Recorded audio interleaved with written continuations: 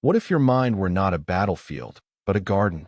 A living landscape where every thought you allow to take root shapes the world you experience.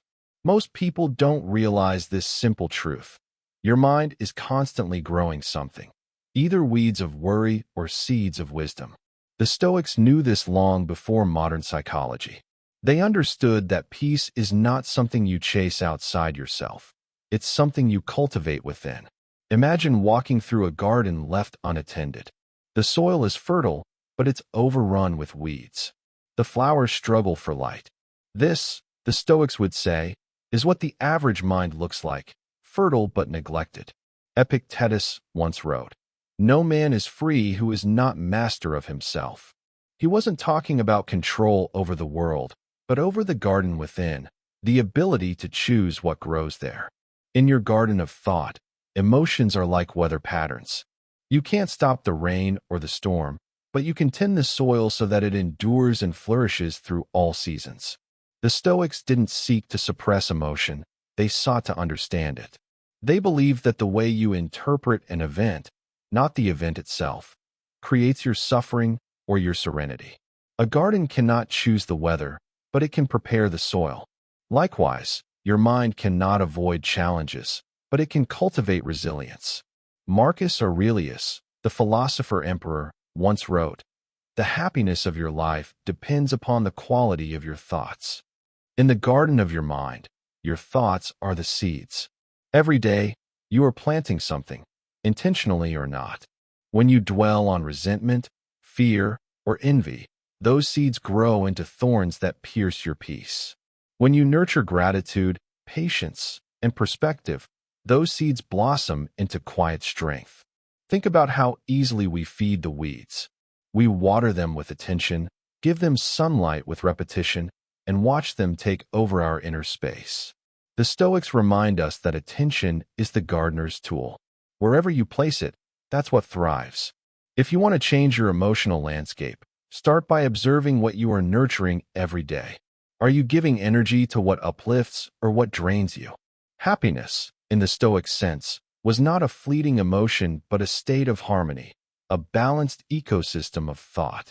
It comes not from avoiding pain, but from aligning your perception with truth. When you understand that life is not happening to you, but for you to grow through, even suffering becomes fertilizer. The Stoics taught that adversity is not punishment, it's preparation. Marcus Aurelius called it the raw material for virtue. Just as a gardener uses compost to enrich the soil, so too can you use difficulty to deepen your wisdom. There's something deeply empowering in realizing that happiness is not a gift you receive, but a garden you grow. Modern life often teaches the opposite, that happiness lies in consumption, success, or validation. But the Stoics saw happiness as an inner cultivation. Seneca wrote, "It is not the man who has too little, but the man who craves more, that is poor." In a world obsessed with more, the Stoic gardener chooses less, but better. He tends to what truly matters: clarity, peace, self-respect. To nurture happiness, you must first clear the ground. Pull the weeds of distorted thinking, those thoughts that say, "I'll be happy when," or "I can't handle this." The Stoics trained their minds through daily reflection, much like a gardener walks his rows each morning. They examined which thoughts helped them grow and which ones suffocated them. You can do the same by asking, is this thought helping my peace or hurting it? Even the simplest practice, pausing before reacting, can change the entire landscape of your mind. Epictetus said, "It's not what happens to you, but how you react to it that matters." When anger flares, instead of feeding it, you can observe it like a gardener watching a storm. The clouds will pass. The soil will recover. You remain the caretaker, not the chaos. Another powerful Stoic tool for nurturing your inner garden is gratitude. To the Stoics, gratitude was not naive optimism, but an act of perception. It was a way of seeing the abundance that already exists. When you focus on what you have instead of what's missing, you redirect the sunlight of awareness. You nourish the plants of peace. Gratitude transforms scarcity into sufficiency and brings a quiet joy that circumstance cannot offer. The Stoics also practiced visualization, not of success or wealth, but of life's impermanence. They meditated on change, loss, and death, not to become morbid, but to appreciate life more fully. Memento mori, remember you must die, was not a threat, it was a call to presence. When you accept that every moment is fleeting, every breath becomes sacred. You begin to see that happiness is not found in some distant future, but in this very moment, alive and aware. Your mind, like any garden, needs boundaries. Without them, weeds from the outside world will invade. This is why the Stoics valued discipline, not as restriction, but as protection of inner peace. Discipline is the fence around your serenity. It's saying no to unnecessary drama, no to impulsive reactions, no to self-sabotage. It's choosing what you allow to grow inside you. But discipline without compassion becomes barren soil. The Stoics understood that true wisdom is gentle. You are not meant to punish yourself for every negative thought. Instead, you learn from it, compost it, and use it to grow stronger. Self-awareness without judgment, that is the art of tending your inner world. The Stoic gardener also knows that every mind, no matter how overgrown, can be restored. No matter how chaotic your thoughts have been, the soil of consciousness is infinitely forgiving. You can always begin again.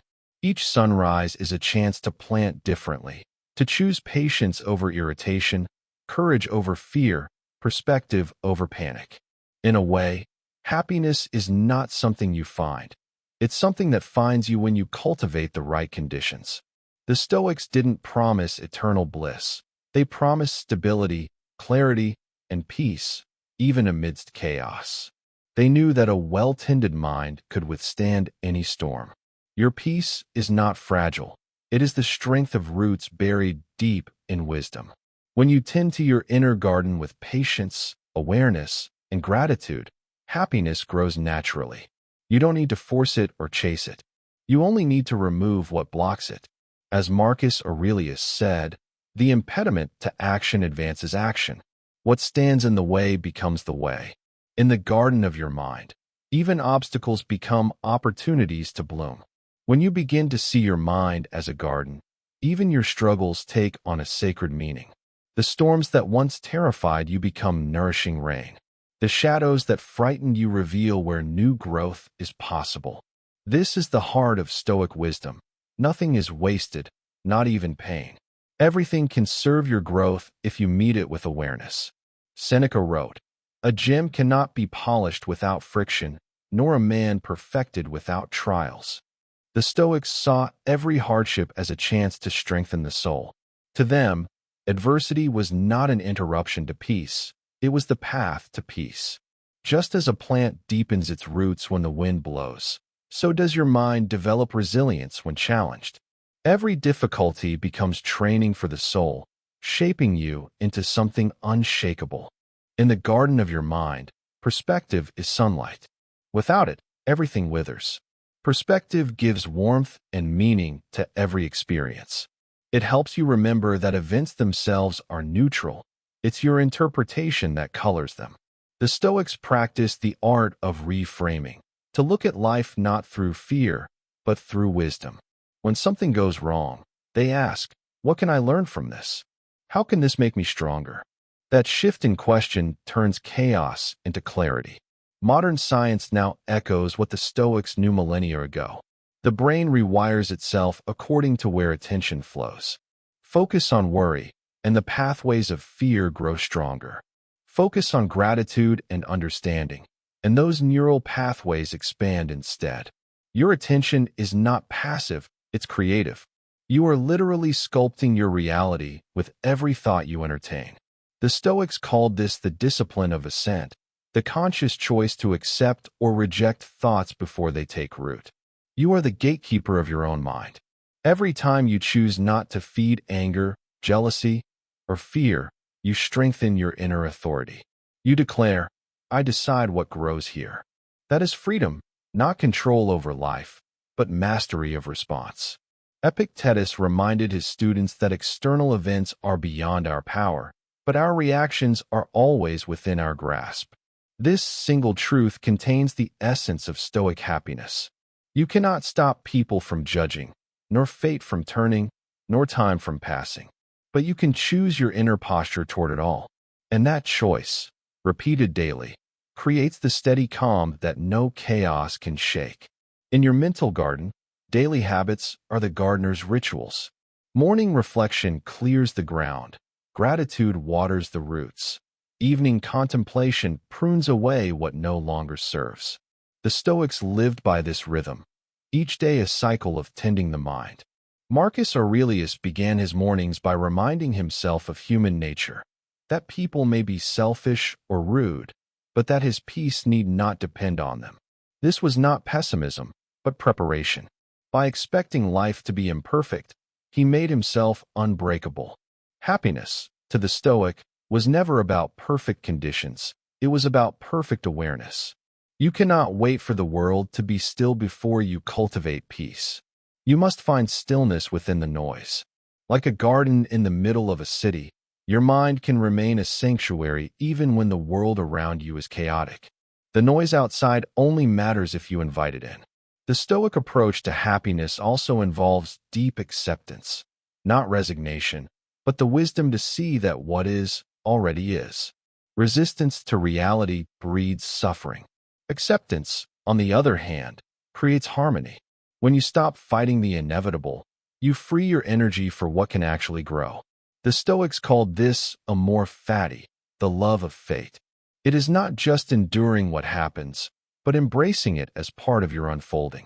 Every experience, whether joyful or painful, becomes a seed of understanding. In that acceptance, compassion naturally arises.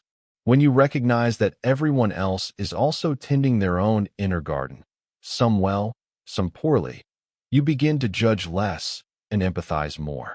You see that anger and cruelty often come from minds overrun with weeds of pain. The Stoic doesn't respond with hatred, but with understanding. Only light can show the weeds for what they are. One of the most profound Stoic practices is journaling, a way to tend your thoughts before they harden into beliefs. Writing clears the soil of confusion. It helps you see the roots of your emotions and prune away illusion. Each word becomes an act of awareness, an acknowledgement of what grows within. The Stoics did not journal for vanity, but for transformation. The page became a mirror, and through it, they refined the soul. As your garden matures, you learn that happiness is not the absence of storms, but the ability to remain grounded through them. The Stoic mind finds joy not in control, but in coherence. You can't stop the rain, but you can let it fall without fear. You can let life unfold without losing your center. And in that balance, a deeper peace arises, a peace not dependent on anything, yet present in everything. Happiness, the Stoics taught, is a quiet confidence in the unfolding of life. It's knowing that whatever comes, you will meet it with strength and clarity. It's realizing that peace is not something found after problems disappear. It's something you cultivate in the midst of them. Like a tree that grows taller through the wind, your soul expands through challenge. And perhaps that's the greatest lesson of all. You don't have to chase happiness. You only need to stop disturbing it. It's already growing inside you, waiting for your attention. Your awareness is the sunlight. Your actions are the water. Your understanding is the soil. The garden of your mind will flourish the moment you remember that you are its caretaker. So take a moment now to look inward. What thoughts are you nurturing? What emotions are taking root? What beauty might emerge if you began tending your inner world with patience, wisdom, and love? Let me ask you, what does the garden of your mind look like today? And what would it look like if you began to care for it the way the Stoics did, with gratitude, clarity, and courage? Share your reflections in the comments. I'd love to hear how you cultivate your peace and what lessons you've learned from your own storms. Remember, happiness is not a distant destination. It's a practice, a way of seeing. You already hold the tools of transformation within you. So water the seeds of awareness, prune the weeds of fear, and watch your inner garden bloom. If this message resonated with you, Like this video and subscribe for more timeless wisdom to help you live with calm, clarity, and meaning.